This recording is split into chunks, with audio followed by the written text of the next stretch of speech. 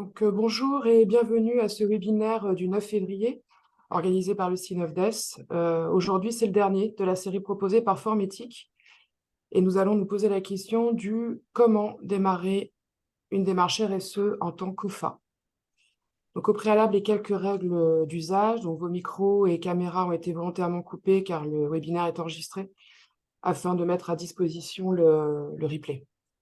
Vous avez la possibilité de poser vos questions via le chat et nous y répondrons par nous tout au fil de l'eau, du webinaire. Donc sans transition, j'ai le plaisir de vous présenter nos trois invités, donc Muriel Mérienne, Valérie Assouline et Laura Dawson de l'organisme de formation Formétique. Donc elles vont répondre à la question du comment démarrer une démarche RSE en passant par trois piliers imbriqués les uns avec les autres, que sont l'environnement, le social et l'économie. Mesdames, c'est à vous. Et, Laura, je te donne je te donne la main pour faire entrer les gens. Parce que là, j'ai un peu de mal. Voilà. Donc, bonjour à tous. Attendez une seconde que je retrouve mes petits. Je crois que tu n'as pas nommé la bonne personne parce que c'est pas moi qui suis. Attends, une seconde alors. C'est Loïc Homo. Et excusez-nous.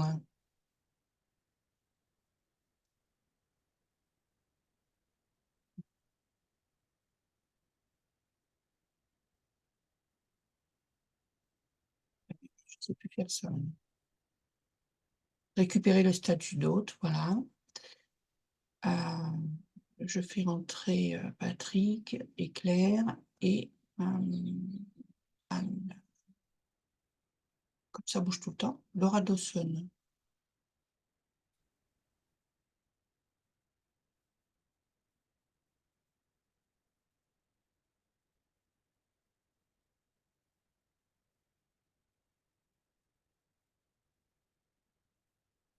Voilà.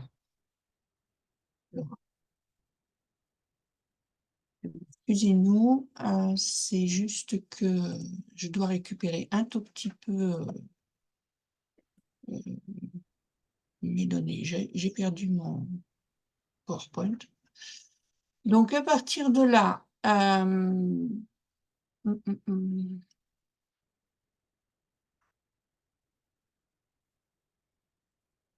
voilà, je repartage.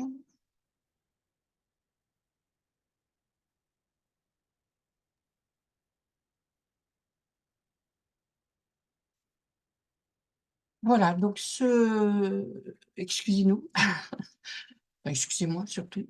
Donc, je suis... ça ne change pas, d'accord. Pardon.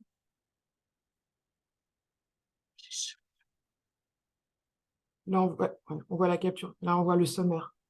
Voilà, donc au niveau c'est 4 temps aujourd'hui, donc quelques très courts exemples d'OF qui sont en démarche RSE, juste pour vous dire que oui, c'est possible, avec une très courte description de leur démarche et on va dire, de l'étape à laquelle ils sont dans une démarche RSE. Ensuite, on va vous préciser qu'on peut rentrer en démarche RSE soit par l'environnement, soit par le social, soit par une démarche globale.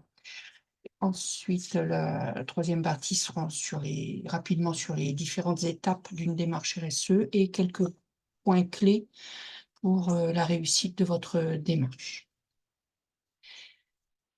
On a repéré, là je vous en affiche 3, mais bon, il y en a quand même un certain nombre d'organismes de formation qui sont déjà en démarche RSE. Le premier, c'est un organisme d'Occitanie que nous connaissons. Voilà à peu près ce qu'elle affiche. C'est un tout petit organisme qui a 2 salariés. Elle affiche des engagements pour le développement durable. Donc, elle affiche des engagements qui sont à la fois tournée vers les parties prenantes. Elle affiche le mot performance durable. Elle parle de satisfaction des parties prenantes et d'agir pour tous. Donc, elle insiste un petit peu sur la partie droit humain. Là. Donc, vous trouverez un lien vers cette OF dans le support. Voilà. Ensuite, vous avez un centre de formation qui s'appelle IFACOM, qui fait partie du groupement des MFR, vous savez, les maisons familiales et rurales, qui ont un grand projet national de passer tout le monde, enfin, de labelliser tout le monde suivant le label Lucie Formation, spécial MFR, pardon. Donc voilà, ça c'est un exemple d'une MFR qui affiche son développement durable ici en disant que la Ferrière prend ainsi en considération les aspects économiques de son activité conciliée aux aspects sociaux et environnementaux. Je ne sais pas si vous vous souvenez, si vous étiez là au webinaire précédent, mais donc il y a 3 grandes thématiques qui sont l'économie, le social et l'environnement, les 3 P. Et donc lui l'écrit très clairement, voilà. Et puis le dernier dont je voulais vous parler, c'est un organisme breton qui s'appelle Voyelle et qui n'affiche pas vraiment son projet RSE, et pourtant ils sont labellisés Lucie. Donc si, alors vous pouvez aller là découvrir notre démarche RSE, pardon, et là vous avez comment dire, un affichage très clair de ce qu'ils entendent par démarche RSE dans leur organisme de formation. Bon, il y en a d'autres, hein, mais ces 3-là nous semblaient intéressants.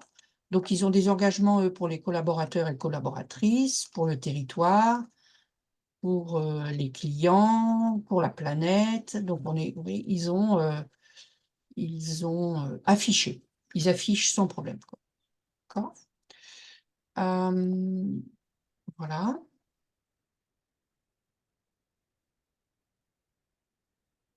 Ensuite, ce que je voulais vous montrer, c'est qu'avec le partenaire Voyelle, nous avions animé un webinaire pour le Cariforef de Bretagne, qui s'appelle le Greffe Bretagne, et nous avions réalisé cette fresque qui explicite en synthèse, on va dire, ce qui a été dit lors de ce webinaire du 14 avril 2023 pour le Greffe Bretagne. Vous le retrouvez sur le net. Hein.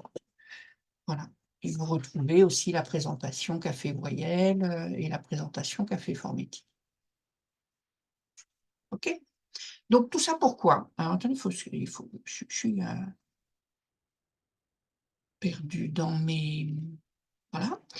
Donc, tout ça pour vous dire que la démarche RSE, c'est une démarche que nous avons finalement définie en 9 étapes et qu'on a un peu classée suivant le PDCA. Et qu'on peut être à différents moments de cette démarche. Par exemple, Décisif, qui est ISO 9001 depuis 6 mois à peu près, donc qui a fait le choix d'asseoir sa démarche globale sur une démarche qualité ISO 9001, ce qui n'empêche pas d'être Calliope.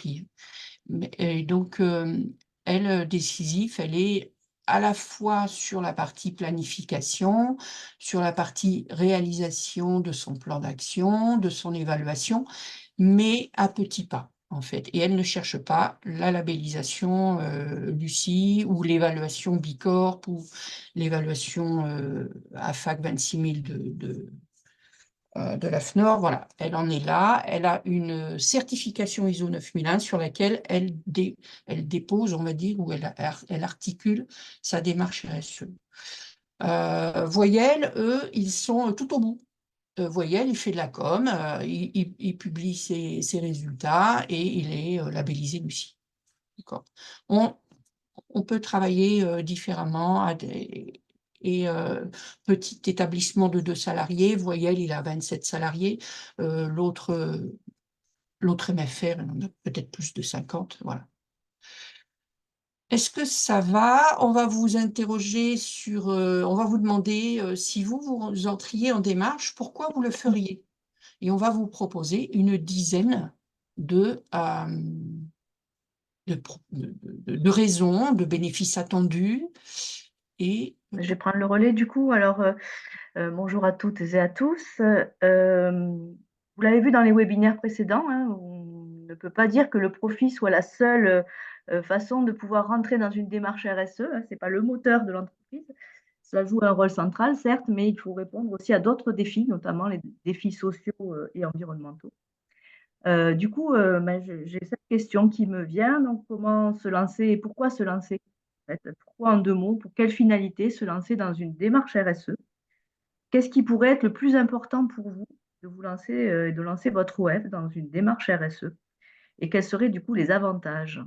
Donc là, on va faire un Laura, c'est à toi de lancer le sondage. Je peux si plus le cela faire. fonctionne, voilà, sur plus, la possibilité de faire de répondre à un certain nombre de questions. Alors, c'est un choix multiple, hein, donc vous avez la possibilité de dire, par exemple, pourquoi c'est important pour vos clients, comment ça a été mis en place chez vous, qu'est-ce qui est important et qu'est-ce qui vous manque aujourd'hui, qu'est-ce qui montrerait que vous êtes le plus engagé dans une démarche RSE.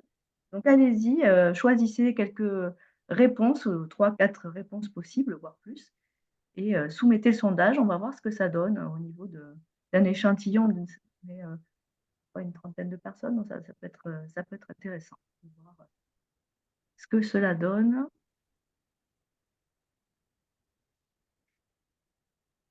Et vous soumettez ensuite quand vous avez répondu.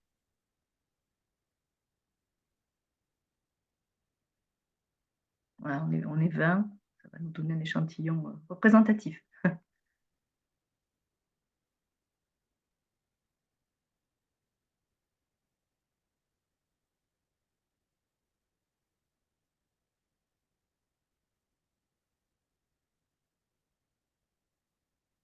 Est-ce que tout le monde a répondu? Est-ce que c'est OK pour vous? Oui, Normalement, ça devrait être bon, Laura. Je pense qu'on peut, c'est bon là. si tout le monde a répondu, on peut afficher du coup et publier les résultats de ce sondage. Ils se sont pas affichés quand vous avez répondu? Non.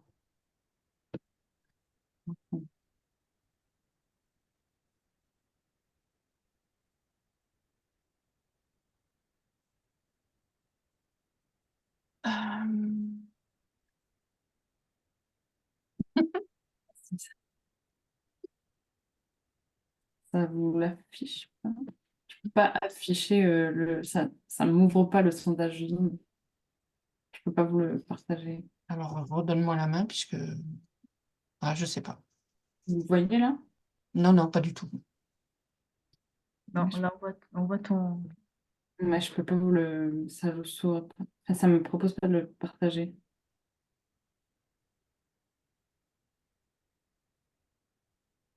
Est-ce que toi, tu peux lire les résultats par contre? Non, parce que je peux plus les voir. Enfin, Il moi, est je peux pas. fini. Alors, il faut que tu retournes sur le sondage. Tu peux me repasser la main peut-être? Oui, peut-être. Là, c'est bon, je peux vous les lire. On a 41% de personnes qui pensent que c'est pour mieux gérer les risques. On a 29% de réponses pour faire des économies. Pareil, 29% pour améliorer sa réputation. Ensuite, on a 35% pour satisfaire les attentes des clients et pour se différencier de ses concurrents. On a personne qui a voté pour attirer les investisseurs. On a 24% pour innover, 47% pour anticiper la réglementation. Et le grand gagnant, c'est redonner du sens à l'entreprise. Et en deuxième place, c'est pour améliorer sa marque employeur. Ok. D'accord. Alors, ça va nous permettre peut-être d'approfondir un petit peu, juste en quelques mots. Donc, vous avez quand même répondu en majorité. Ah ben super. Mieux gérer les risques, ce que j'avais noté donc dans ce que tu nous as dit. Et ce qui ressort le plus, c'était mieux répondre et anticiper la réglementation. En effet, c'est quelque chose qui va être prégnant. Le numéro 1, c'est redonner du sens. Le numéro Ouais. 2, c'est améliorer sa marque employeur. Et après, c'est la réglementation. Exactement, le top 3. Très bien. Donc effectivement, oui, sur l'amélioration de la réglementation, effectivement, il y a des respects de la réglementation existante qui peuvent être mis en avant et mis en évidence puisque la RSE couvre tous les enjeux d'une entreprise, mais ça permet aussi d'anticiper la réglementation à venir, hein. On se doute bien que par rapport à tout ce qui est en train de se mettre en place, pour l'instant, c'est les grosses entreprises, mais progressivement, la RSE va bientôt toucher toutes les structures de toute taille. On avait donc redonné du sens. Effectivement, redonner du sens, ça permet de mieux se retrouver et de mieux se retrouver en tant que partie prenante dans une structure, alors que ce soit au niveau de la gouvernance, de la direction, mais également au niveau des collaborateurs. Et on avait aussi amélioré sa marque employeur, justement pour attirer les talents, pour pouvoir fidéliser ses collaborateurs. Cela permet effectivement de mieux communiquer vers l'extérieur pour mieux s'entourer. Voilà, ça c'est vraiment des sujets. Ça permet de motiver aussi des équipes et d'avoir un environnement de travail épanouissant qui peut être justement communiqué à l'extérieur.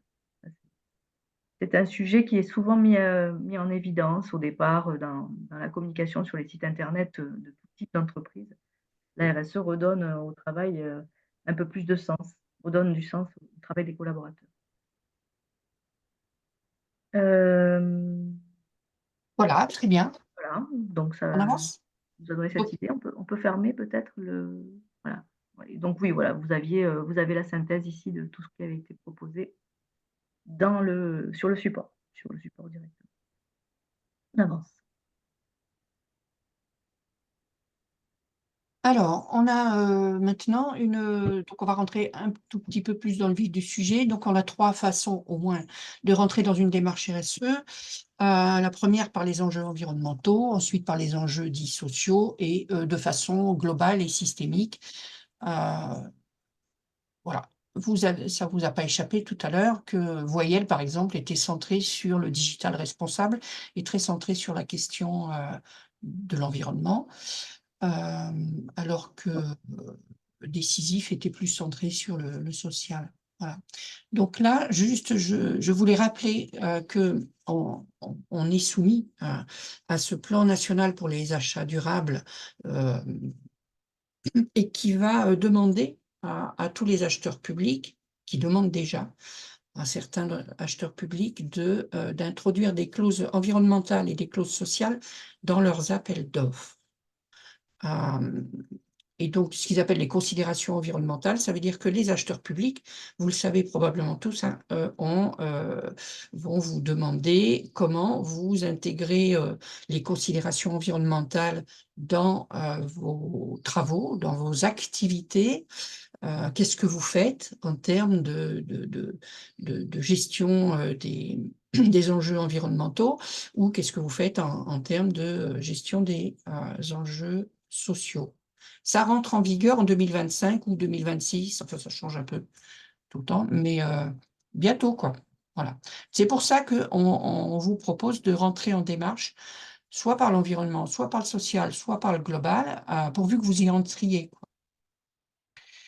Alors, l'entrée par les enjeux sociaux, c'est une démarche assez classique au Synofdes, puisque c'est quand même une des spécialités des employeurs qui sont adhérents à ce syndicat. Ça réduit le panel des enjeux sur lesquels on peut travailler, hein, puisqu'on est censé, je ne sais pas si vous avez suivi les webinaires précédents, mais quand on faisait l'ISO 26000, on peut travailler sur au moins cette thématique, on peut travailler sur l'éthique, on peut travailler sur plein de choses, mais là, on veut rentrer par les enjeux sociaux. Voilà. Ça peut répondre à des besoins plus urgents, puisqu'il est quand même question de développer l'attractivité des métiers et de répondre aux changements qui je dirais, animent les équipes depuis quelques années. Et c'est pas mal documenté. Donc, par contre, ce qu'il faudrait vraiment bien comprendre, c'est que les enjeux sociaux, ça concerne les salariés, ce qui est vraiment une spécialité du Synofdes, ça concerne aussi les sous-traitants, qu'il ne faut absolument pas oublier, puisque il y a quand même pas mal d'OF qui utilisent, enfin qui emploient beaucoup de sous-traitants, et les apprenants. Et de quoi on parle quand on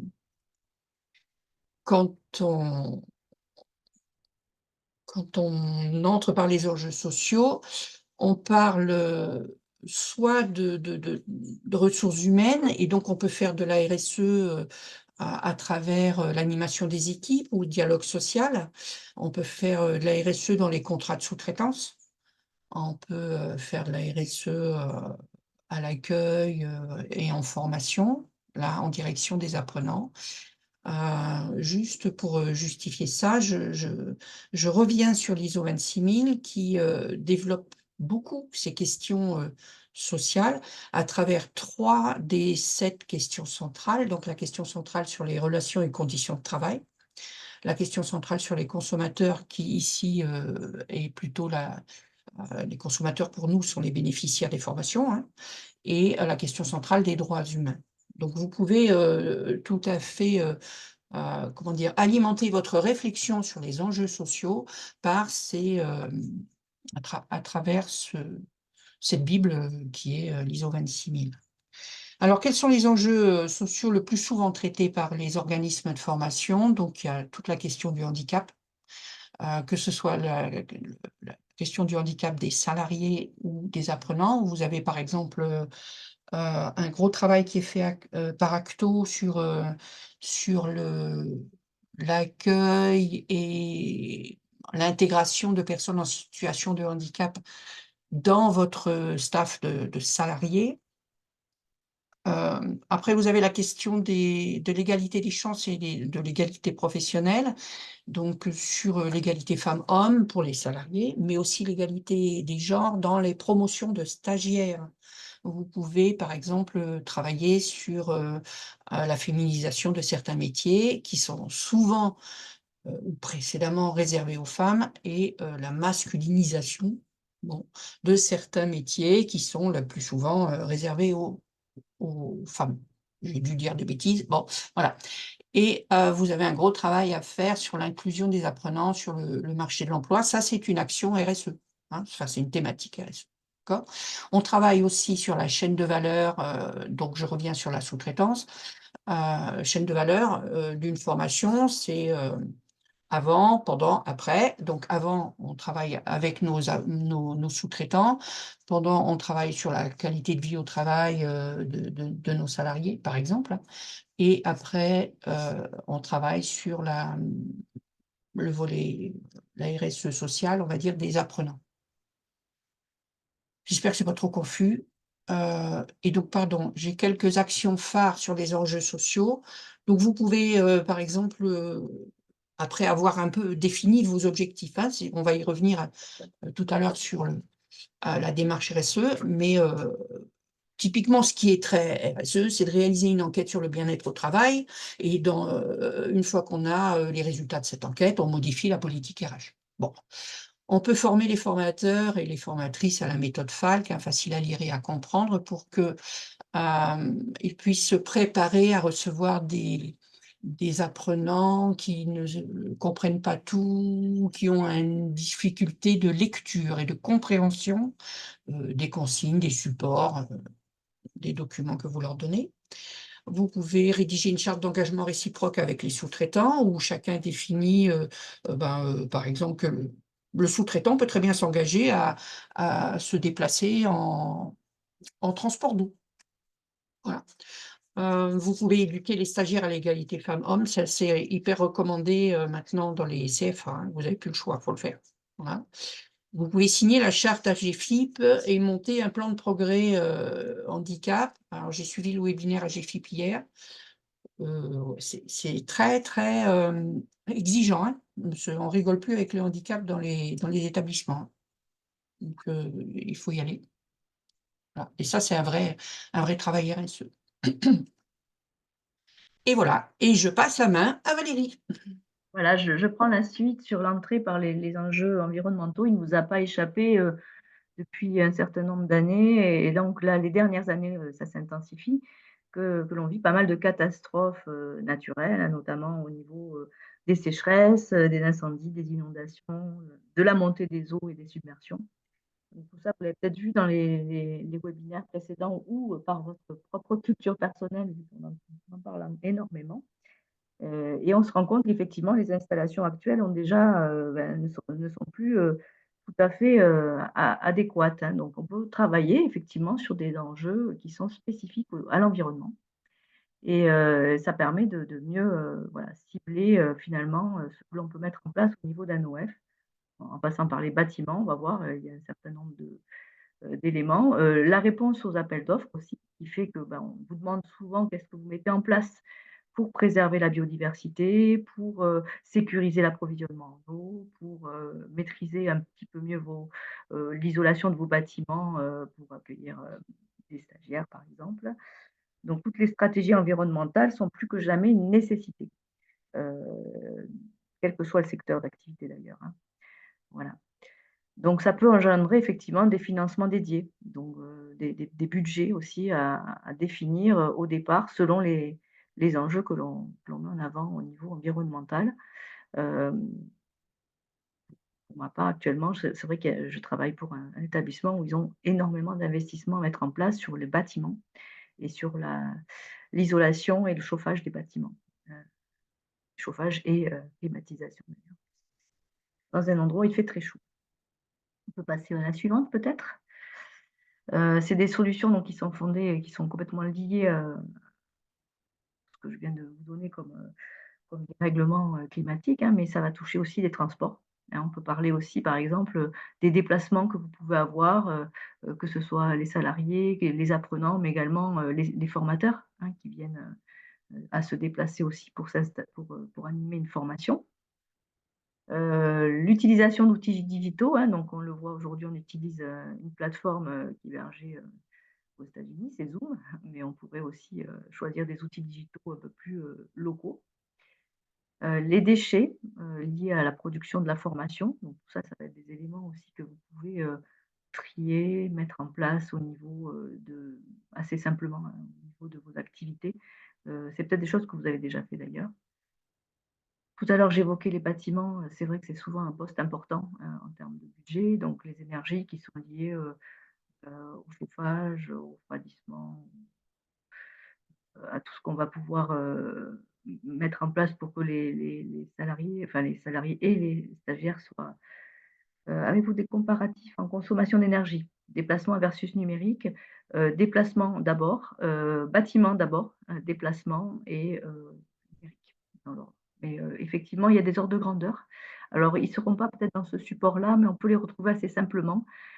Si vous faites des exercices ou des ateliers comme la fresque du climat ou MyCO2, qui est un atelier proposé par l'ADEME et qui permet aussi de pouvoir vérifier un petit peu ces ordres de grandeur sur les différents postes émetteurs de CO2. Alors là, on parle de gaz à effet de serre, hein, effectivement. L'alimentation est un poste également. L'alimentation, notamment, on propose plutôt des aliments d'origine végétale, hein, ou au moins une fois dans un OF, si vous avez une cantine par exemple, de proposer 1 à 2 fois par semaine des alternatives végétales. Le must, hein, c'est d'en avoir à chaque fois une option végétale à tous les repas. Donc ça, c'est des bonnes pratiques, hein, et ça permet de faire des réductions de gaz à effet de serre aussi dans la consommation dans notre alimentation. L'utilisation donc de tout ce qui va être ressources, ressources de base, hein, en fait. Donc dans vos achats, là aussi, faire le choix de fournisseurs un peu plus responsables et de prendre soin des matières premières que vous mettez dans vos formations. Pour cela, d'ailleurs, vous voyez sur votre droite un petit extrait du scribing qui avait été fait lors du Grève Bretagne, qui a été évoqué par Muriel au début de ce webinaire. Donc, vous pourrez aussi approfondir tout ce qui est impact environnementaux en écoutant ce webinaire sur la partie, voilà, sur la partie environnementale et éventuellement aussi travailler sur la biodiversité. Alors, dans certains établissements, ben, on peut avoir une réflexion sur la mise en place de vergers autour du bâtiment, la possibilité aussi voilà, de mettre en place des potagers, des choses comme ça. Voilà, ça permet vraiment de préserver aussi le vivant au sein des activités professionnelles. Je ne sais pas si on peut passer à la suivante. Voilà. Quelques exemples, alors voilà, pour aller sur des bonnes pratiques, justement, des actions phares qui sont plus ou moins complexes, des choses qui ont pu être mises en place. On parlait avant du plan de déplacement entreprise, le PDE, le plan de déplacement des salariés qui permet d'inciter justement à faire du covoiturage ou à prendre des transports doux. On parle de transport doux quand on parle des transports en commun, donc ou avoir un OF qui soit proche des transports en commun ou en tout cas qui permet d'utiliser des pistes cyclables pour les deux roues. On peut réaliser aussi le bilan carbone de ces activités. Donc là, c'est vrai que ça passe déjà. Le télétravail est aussi une alternative, hein, effectivement, quelqu'un me posait la question. Le télétravail permet aussi de réduire très fortement les émissions de gaz à effet de serre. D'ailleurs, bon, quand si vous faites votre bilan carbone et que vous faites un comparatif avant, après télétravail, on voit une très forte différence dans les entreprises que j'accompagne. Où justement, ça permet de cibler les émissions de gaz à effet de serre. Alors après, ça ne touche pas trop la biodiversité, mais bon, c'est bien de faire les deux.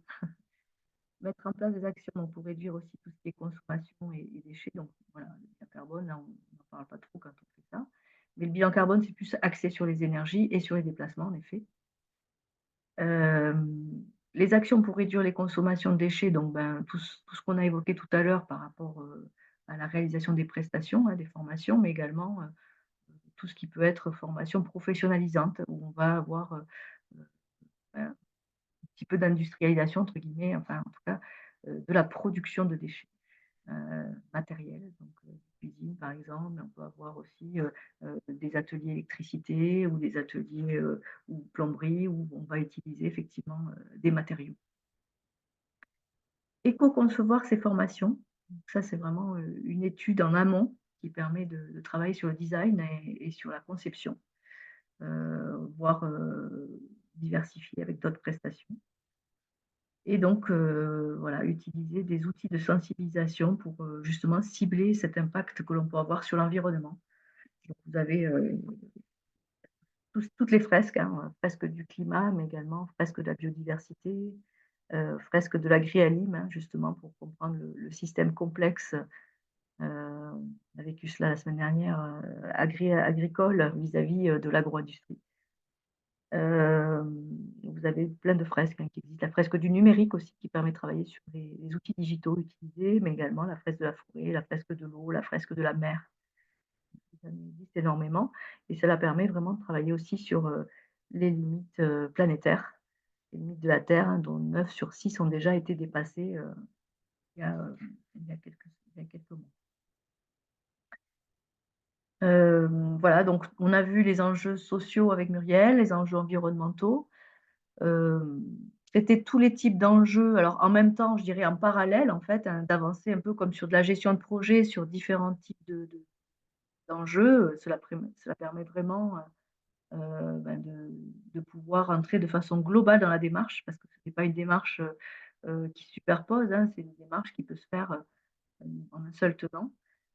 Et donc, il faut quand même choisir quelques-uns des enjeux que vous allez prioriser pour pouvoir avoir quelque chose d'assez large, à la fois dans le social et dans l'environnemental.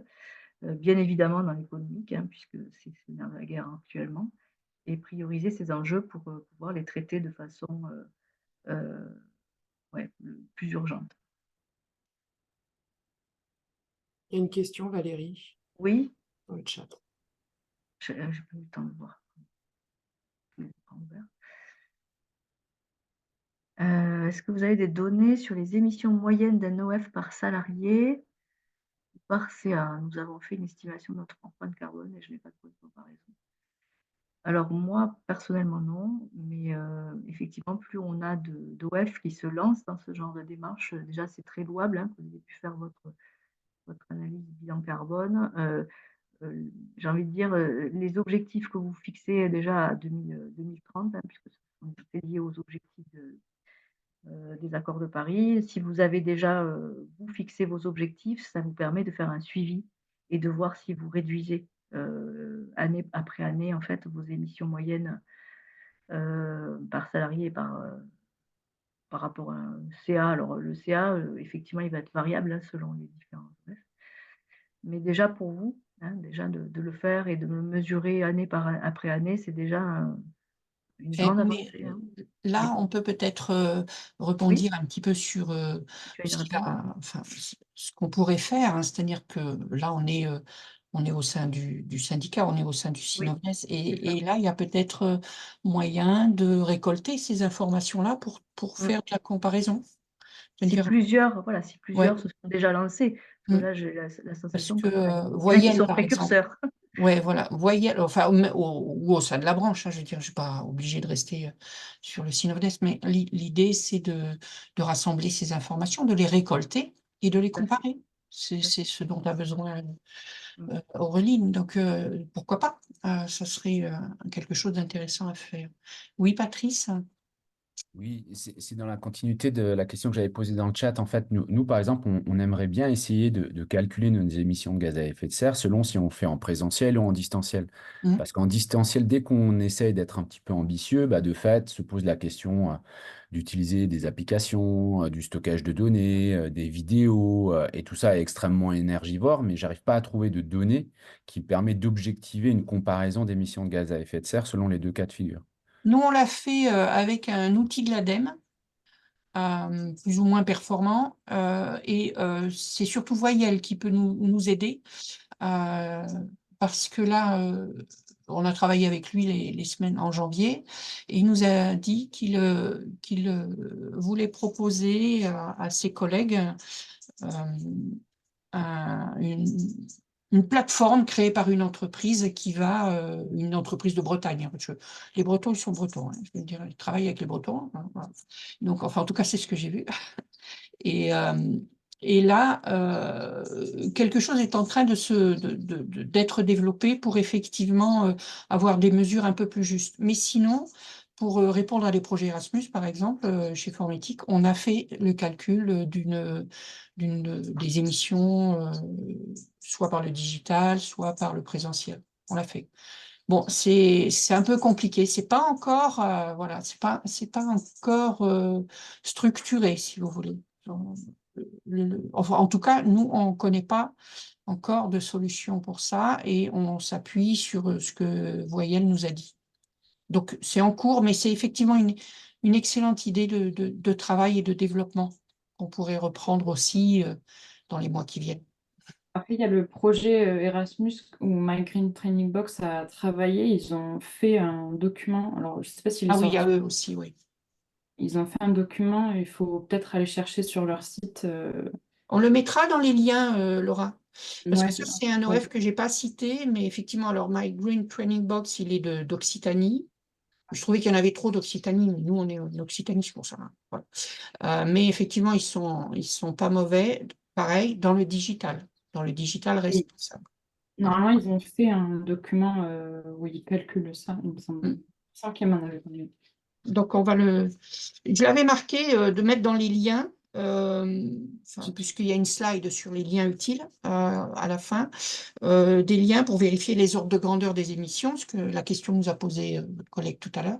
Et là, peut-être de mettre le lien vers My Green Training Box, que vous pouvez trouver hein, sur Internet. Voilà. OK.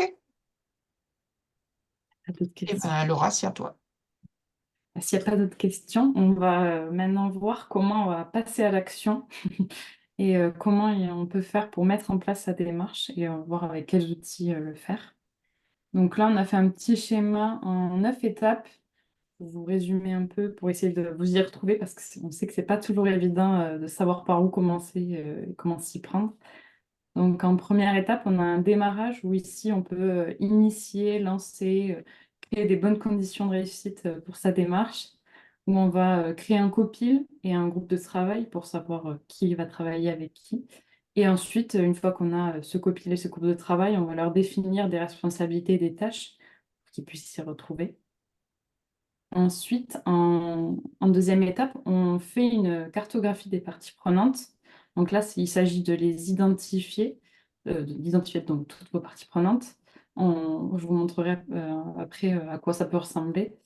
Et ensuite, on crée un document où on peut écrire comment dialoguer avec ces parties prenantes et comment les associer donc à la démarche. Ensuite, il faut passer par l'étape de sa vision et de sa stratégie. Donc ici, on identifie les enjeux RSE. Là, on peut utiliser l'outil de la double matérialité. Pareil, on en reparlera un peu plus en détail tout à l'heure. Et on va définir sa vision et sa stratégie RSE. On va également réaliser un diagnostic de performance et prioriser donc toutes les actions. On peut le faire en 4 niveaux, par exemple. Est-ce que c'est urgent? Est-ce que c'est à faire? Est-ce que c'est à consolider? Ou est-ce que c'est à faire plus tard? Et ça nous permettra donc de passer à l'étape suivante sur le plan d'action, où là, on va vraiment formaliser son plan d'action RSE et on va vraiment choisir ici les indicateurs de performance pour savoir comment suivre son projet. Et ensuite, on va passer à l'étape des ressources et de l'engagement. Donc là, il faut prévoir les besoins en ressources, sensibiliser et former toutes ces équipes. Et il faut obtenir leur engagement et il faut également les accompagner à ce changement, parce que ce n'est pas évident. Donc là, on peut utiliser plein d'outils d'intelligence collective qui existent, ce qui va vraiment aider à les mettre dans le mouvement. Ensuite, on passe à la mise en œuvre. Donc là, on va lancer toutes ces actions prioritaires qu'on a définies dans son plan d'action. Et ensuite, au fur et à mesure, il faudra les suivre et évaluer si ce plan d'action il est bien mis en place. Si... Des fois, ça peut bouger parce que des fois, on peut avoir mis des deadlines qui n'étaient pas forcément réalistes et il n'y a pas de problème à ça. Il faut juste avoir un suivi pour ne pas oublier et s'y perdre. Et donc là, on mesure tous ces résultats. Et ensuite, on passe avec l'amélioration continue. Donc là, on va analyser les résultats, prendre des mesures correctives si c'est nécessaire. Pareil, on a le droit, c'est pas interdit et c'est normal. De toute façon, on évolue, la RSE évolue tout le temps, donc il y a plein de choses qui peuvent changer de mois en mois, même de jour en jour. Donc c'est pareil, il ne faut pas s'en inquiéter, c'est normal. Et donc là, on peut revoir la politique RSE si c'est nécessaire.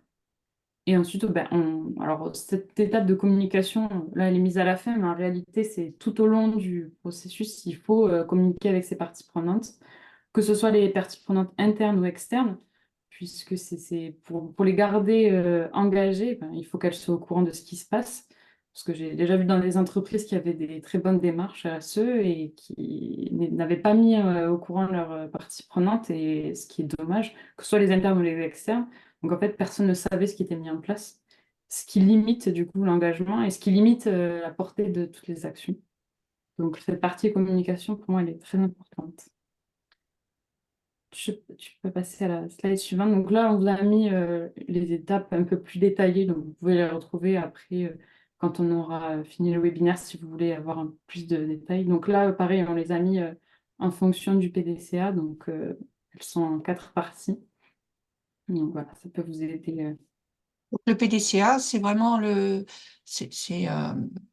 j'insistais un petit peu sur le fait que Décisif avait passé l'ISO 9001 et n'était pas évalué à FAC 26000 parce que elle a voulu mettre en place un système de management sérieux qui s'appuie sur le PDCA avant ou en parallèle de sa démarche RSE. Et c'est vraiment ça, il faut penser amélioration continue quand on est en démarche RSE. Donc la démarche générale, elle peut un peu faire peur au début des fois. Donc c'est pourquoi, comme vous en ont parlé toutes les deux, Valérie et Muriel, au-dessus, on peut parfois un peu plus se concentrer sur la partie environnementale ou la partie sociale. Bon, après, il ne faut pas oublier que ce soit les enjeux environnementaux ou sociaux, aujourd'hui, ils sont tout autant importants l'un comme l'autre. Donc il y a un jour ou l'autre, il faudra intégrer les deux dans votre démarche, mais en fonction de votre activité, il peut y en avoir un qui est plus urgent que l'autre. Donc, vous pouvez, par exemple, ici, sur la démarche environnementale, vous concentrer en premier sur les enjeux environnementaux qui peuvent être plus urgents pour vous. Donc là, vous identifierez à l'étape 3 du schéma que vous avez vu tout à l'heure, au lieu d'identifier des parties prenantes de manière générale, vous pourrez peut-être identifier et dialoguer avec des parties prenantes de l'OF qui sont vraiment beaucoup plus concernées par les enjeux là, c'est environnementaux. Et donc, ensuite, vous aurez des questions où là, à l'étape 4, vous allez plus évaluer les impacts financiers, extra-financiers de vos process et de vos pratiques que Valérie vous avez présenté, donc sur le transport, la gestion de vos ressources, les émissions de gaz à effet de serre que vous pouvez émettre, tout ça, le numérique. Et ensuite, en prenant en compte quels impacts ils ont, que ce soit sur vos salariés, vos apprenants, la société et du coup, forcément la nature. Et bien sûr, ne surtout pas oublier les générations futures, puisque c'est elles qui vont le plus en pâtir plus tard. On est Et sur la même logique pour c'est ça, les impacts sociaux. Donc, je passe parce que je veux que tu passes sur les outils.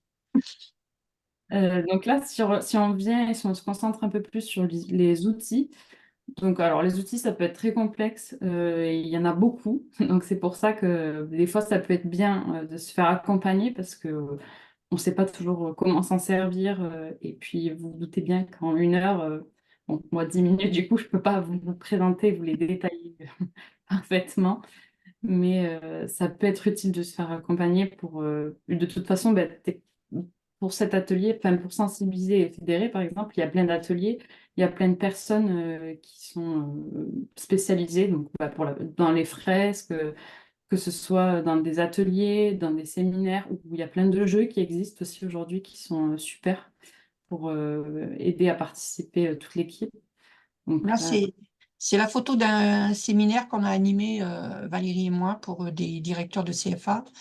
Là, pourquoi on l'a mis? C'est parce que je voulais vous montrer qu'ils étaient en mouvement. Voilà, ils marchent. Voilà, ils sont en Et que la démarche est collaborative et collective, hein. C'est pas Voilà. tout seul. Voilà.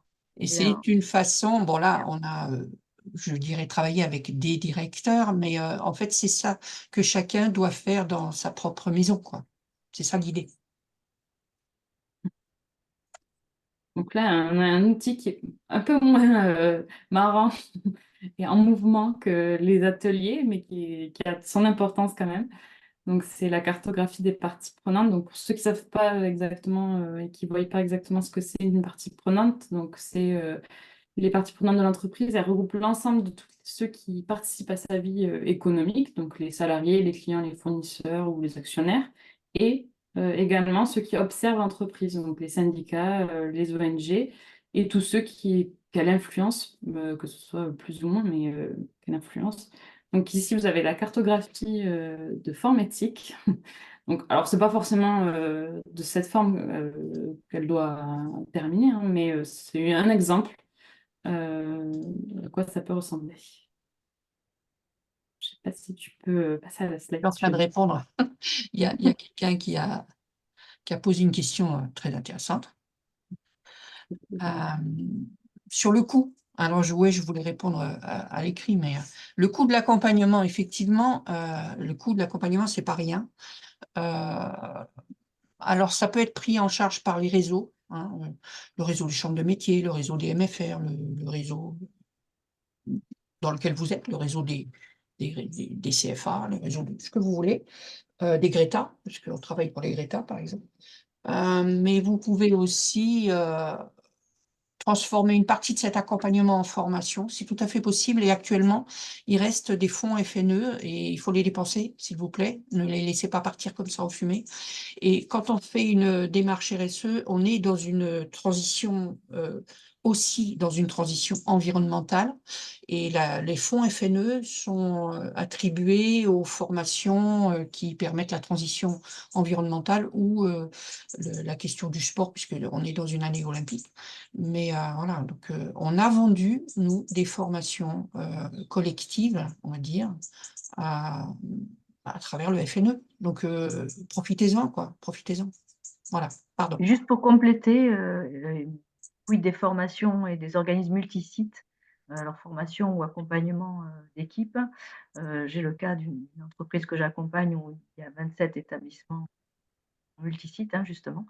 Ce qui est intéressant, c'est justement d'avoir quand même un lancement embarqué en collectif, comme on l'a vu sur les images précédentes, mais ensuite d'avoir des relais sur place, donc des référents et des personnes qui vont être aussi là pour déployer, démultiplier, faire un transfert de tout ce qui aura été défini globalement, avec des rencontres et des récurrences données, comme on gérerait un projet en fait, hein. Après, bien sûr, des choses peuvent se faire en visio, voilà, en numérique aussi, hein, mais en tout cas, C'est de la gestion de projet, hein. C'est juste que, donc la gestion de projet, normalement, vous savez le faire. C'est juste que les enjeux doivent être un petit peu travaillés en amont. C'est pas le projet RH, c'est le projet RSE. Donc, c'est un petit peu plus compliqué au démarrage. Voilà, c'est tout. Bon, c'est bien simplifié là. Vas-y, Laura. Si on revient sur les outils, du coup, là, on a un exemple. Alors, je ne sais plus quelle entreprise d'où tu l'avais pris, celui-là, Muriel. Parce que je voulais juste montrer Oui, mais comment on pouvait écrire une politique, en fait. c'est quelle entreprise? C'est une entreprise de communication, c'est pas un OF.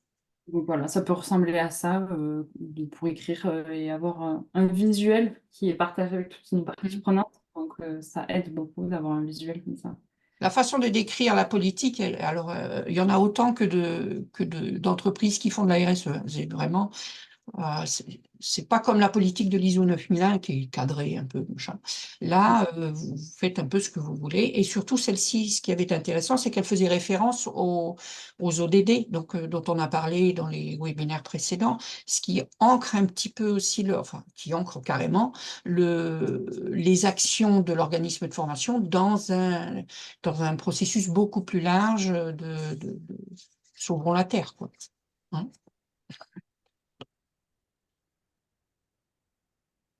Si on passe à l'outil de la double matérialité, qui est un des outils qui n'est pas forcément simple à comprendre.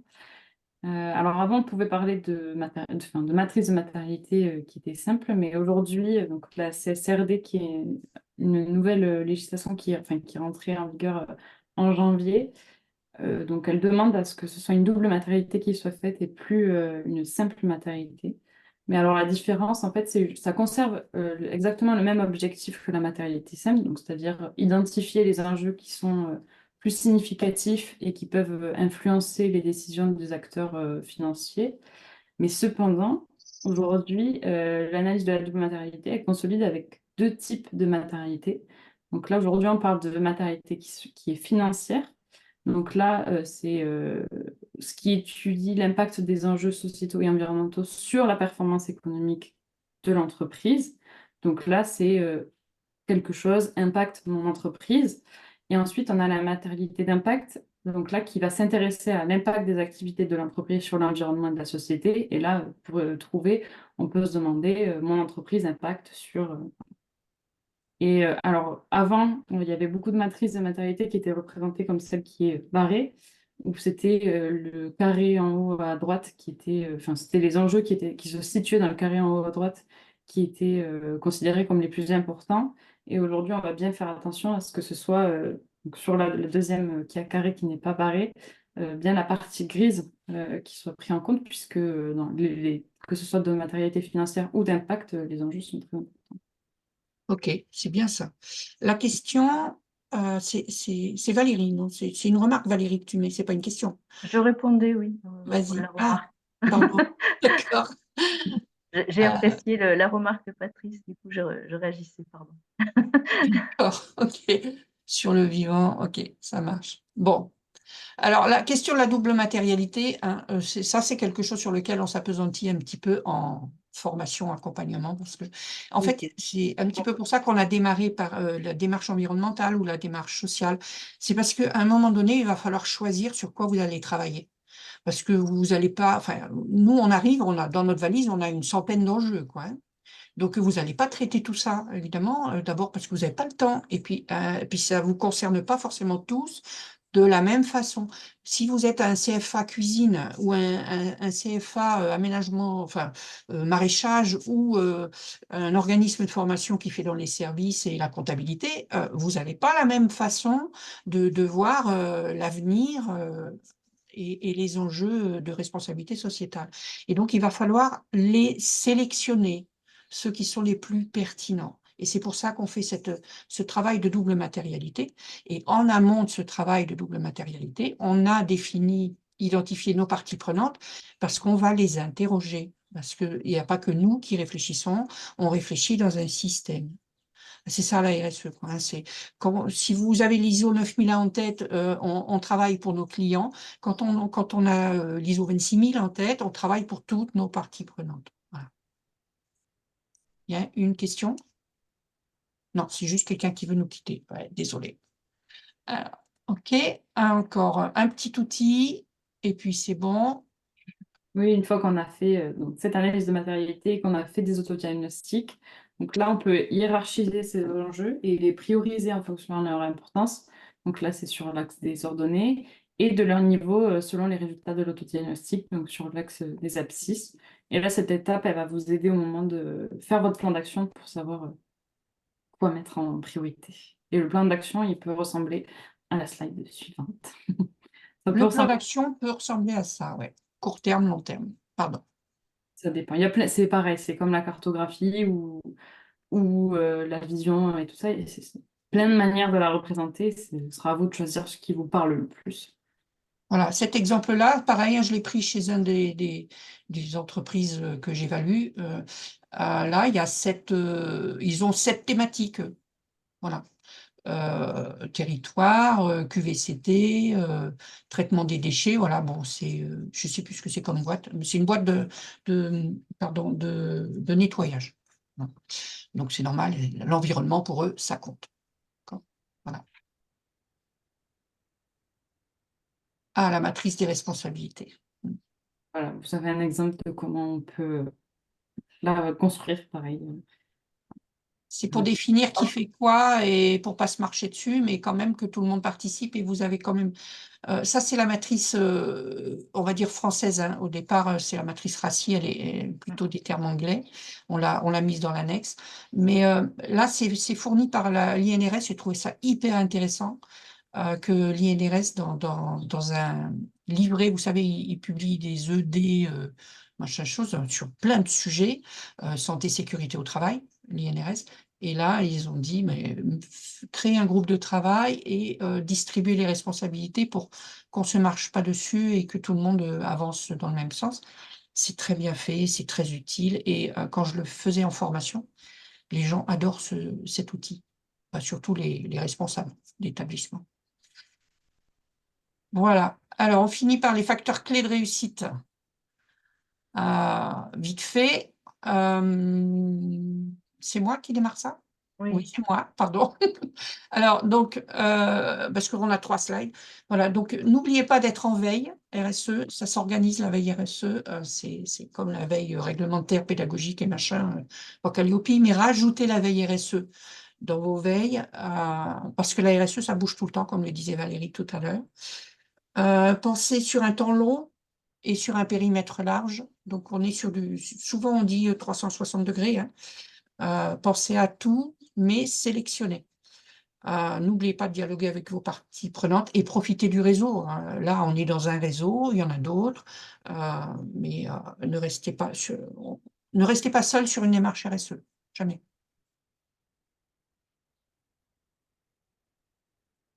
Je ne sais plus qui c'est. Oui, C'est Laura. c'est moi. Oui. Donc là, la démarche, alors, ça peut paraître très long, comme des fois on a envie de faire très vite aussi, mais il faut quand même prendre le temps. Donc c'est vraiment 1 an minimum pour déployer sa démarche, que ce soit juste environnementale, sociale ou globale. Et il faut prendre le temps en utilisant des outils de management qui soient intégrés, en prenant le temps de bien planifier, de bien marquer toutes ces étapes et d'agir et évaluer pour corriger si c'est nécessaire. Et ça, il ne faut pas en avoir peur. Et de prendre le temps aussi d'avoir une démarche itérative et d'avoir des documents qui sont enregistrés. Vous vous rappelez du PDCA, hein, la phase de planification. Quand j'ai décrit jusqu'à la description du plan d'action qui, lui, doit porter sur 3 ans et la définition des ressources des gens, tout ça, c'est minimum 6 mois. Hein, mais c'est un minimum. Hein. C'est pas... voilà. c'est chaud, c'est long, pardon. Très important de retenir aussi que la démarche est collaborative, hein, je vous l'avais dit au lancement. C'est au lancement, mais c'est récursif et c'est tout au long de l'accompagnement et de la démarche. On a vu sur les 11 étapes tout à l'heure. C'est une démarche d'intelligence collective. La direction, bien sûr, est là pour montrer son engagement et sa volonté au départ, mais c'est une question de tous les instants. Et quand je parle d'intelligence collective, ben, c'est que c'est interdépendant à tous les niveaux de l'entreprise et à tous les niveaux d'implication. Voilà, il faut vraiment penser ce côté interconnecté, ben, comme l'est le vivant, hein. Patrice, merci pour la remarque tout à l'heure. On est tous interdépendants, animaux, végétaux, planètes. Voilà, donc c'est pour aussi notre survie. Merci.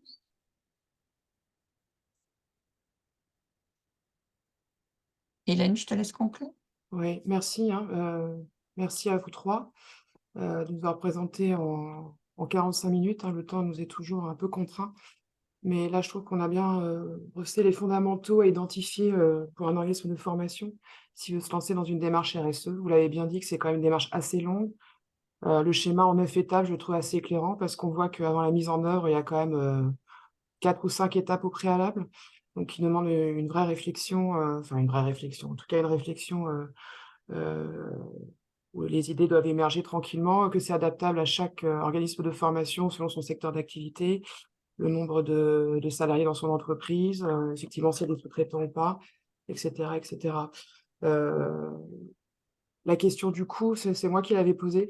Enfin, c'était pas une question, c'était plus une remarque parce que je pense qu'en tant qu'organisme de formation, c'est quand même la première question que vous vous posez tous. La démarche est longue, elle peut parfois être chère. Euh, Après, est-ce qu'on est obligé d'être accompagné? Est-ce qu'on est obligé d'être labellisé? Enfin, c'est vrai qu'un label, ça permet de rendre visible sa démarche quand même, et puis aussi d'apposer peut-être une forme de reconnaissance. Et, et je voulais conclure par rapport à ce qui se passe au niveau de la branche professionnelle, hein, de l'EDEC qui a été lancée, donc qui est portée par les partenaires sociaux, la DGEFP et Acto, où est prévu dans cet EDEC un axe euh, de mesurer la maturité en RSE des organismes de formation. Et sachez qu'à la fin de l'année, donc il y a un cabinet qui a été choisi. Et à la fin de l'année, ce cabinet va vous mettre à disposition, donc je parle des organismes de formation de la branche notamment, une série d'outils pour vous. Vous pourrez les utiliser et parmi ces outils, il y aura charte de bonne pratique ou référentiel RSE. Donc je vous dis ça parce que c'est un axe à suivre et ça va arriver rapidement, a priori à la fin de l'année. Donc, merci Informétique, hein, de nous avoir proposé et animé ces 3 webinaires sur la RSE afin de nous sensibiliser un peu collectivement sur ce sujet. Et prochain rendez-vous d'un autre webinaire, ce sera vendredi prochain, donc le 16 février. Donc, on sort un peu du sujet de la RSE. C'est Silouane Gamavo, donc notre juriste en droit et économie de la formation au CINOVDES, qui animera ce webinaire et qui portera sur les dernières actualités liées à la formation, où elle vous fera un focus sur 3 décrets, celui de la VAE, de la sous-traitance, et je crois que l'autre, c'est sur l'apprentissage. Donc, n'hésitez pas à vous inscrire, hein, toutes les informations sont sur le site du CINOVDES. Voilà, merci à tous et très bonne journée à tous et à bientôt. Merci. Merci.